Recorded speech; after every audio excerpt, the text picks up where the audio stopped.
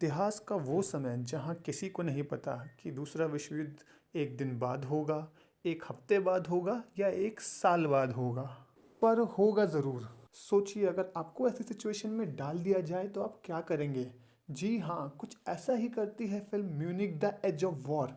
और आप देख रहे हैं सैफलिक्स। आज मैं एक्सप्लेन करूंगा इसी फिल्म की एंडिंग कुछ रियल लाइफ इंसिडेंट्स के साथ। तो ये स्टोरी फोकस करती है दो कैरेक्टर्स पर।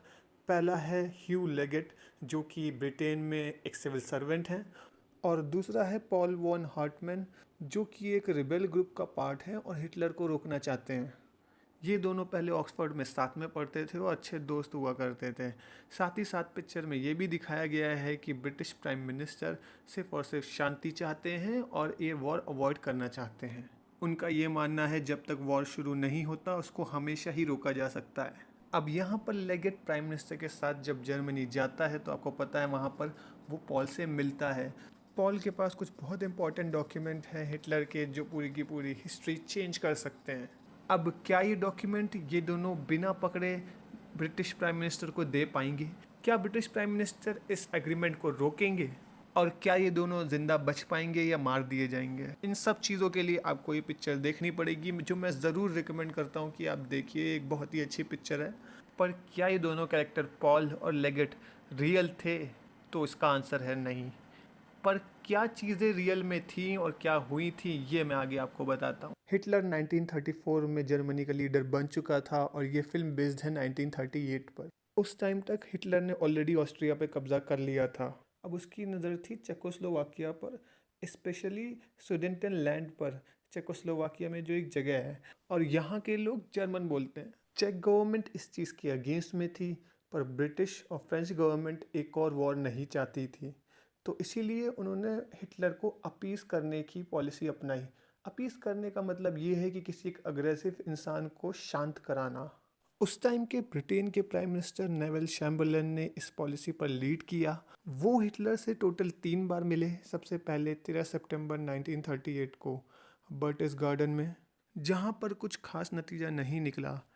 फिर उनकी दूसरी मीटिंग हुई 24 सितंबर 1938 को बैड गोडेसबर्ग में, जहां पर ये एग्रीमेंट हुआ कि 28 सितंबर तक, यानी कि अगले 4 दिन में, चेक गवर्नमेंट सुडेटनलैंड को जर्मनी के हवाले कर दे, नहीं तो जर्मनी फिर मिलिट्री हमला करके सुडेटनलैंड को ले लेगा। अब जब ये 4 दिन की मोहलत ख़त्म होने वाली थी, उससे जस्ट पहले ब्रिटिश प्राइम मिनिस्टर चैम्बरलेन ने इटली के प्राइम मिनिस्टर मुसोलिनी से बात करी और उनसे हिटलर को मनाने के लिए बोला कि वो ये हमला अभी के लिए रोक दे और आगे बात करे। क्योंकि मुसोलिनी हिटलर का अच्छा दोस्त था, इसलिए हिटलर मान गया। अब 29 सितंबर 1938 को एक मीटिंग रखी जाती है जर्मनी, इटली, फ्रांस और ब्रिटेन के बीच में।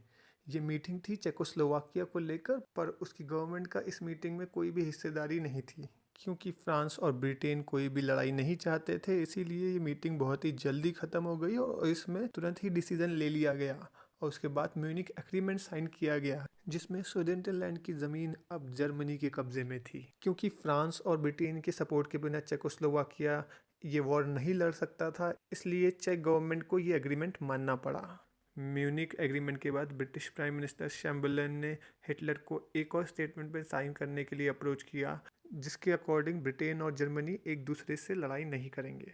ये एग्रीमेंट एक तरह का रिलीफ था आम जनता के लिए, क्योंकि यूरोप अभी भी पहले वर्ल्ड वॉर से पूरी तरह से उभरा नहीं था और दूसरे वर्ल्ड वॉर की पॉसिबिलिटी उस टाइम के लीडर्स के ऊपर बहुत हद तक डिपेंड करती थी। ब्रिटिश प्राइम मिनिस्टर ने लंदन पहुंचकर प्रेस को सबसे पहले यही दिखाया कि उन्होंने ना लड़ने के लिए एक पैक्ट साइन किया है हिटलर के साथ, जिससे ये लग रहा था कि ये वॉर अब टाल दिया गया है। और ब्रिटिश प्राइम मिनिस्टर ने ये भी कहा कि अब हमेशा के लिए शांति हो गई है, पर ऐसा असली में हुआ नहीं, क्योंकि हम सब जानते हैं कि मार्च 1939 में हिटलर ने बाकी बचे हुए चेकोस्लोवाकिया पे भी कब्जा कर लिया और सितंबर में ठीक म्यूनिक एग्रीमेंट के 1 साल बाद उन्होंने पोलैंड पर भी हमला कर दिया। और उसके बाद ब्रिटिश प्राइम मिनिस्टर चैम्बरलेन ने वॉर डिक्लेयर कर दिया जर्मनी के अगेंस्ट, और उसके कुछ टाइम बाद ही उनको रिज़ाइन करना पड़ गया परिस्थितियों के चलते और उनको रिप्लेस कर दिया गया विंस्टन चर्चिल के द्वारा। कई लोग म्यूनिक एग्रीमेंट को हिटलर को खुश करने की एक ऐसी कोशिश की तरह देखते हैं जिसकी कोई ज़रूरत नहीं थी, बट कई लोग ऐसा भी मानते हैं कि चैम्बरलेन ने एक बहुत ही ज़रूरी टाइम बाय कर लिया था एक तरह से, जिससे ब्रिटिश आर्मी को अपनी ताकत बढ़ाने का एक मौका मिला। अगर आप म्यूनिक एग्रीमेंट के बारे में और जानना चाहते हैं तो आपको ये movie Munich the edge of war ज़रूर देखनी चाहिए।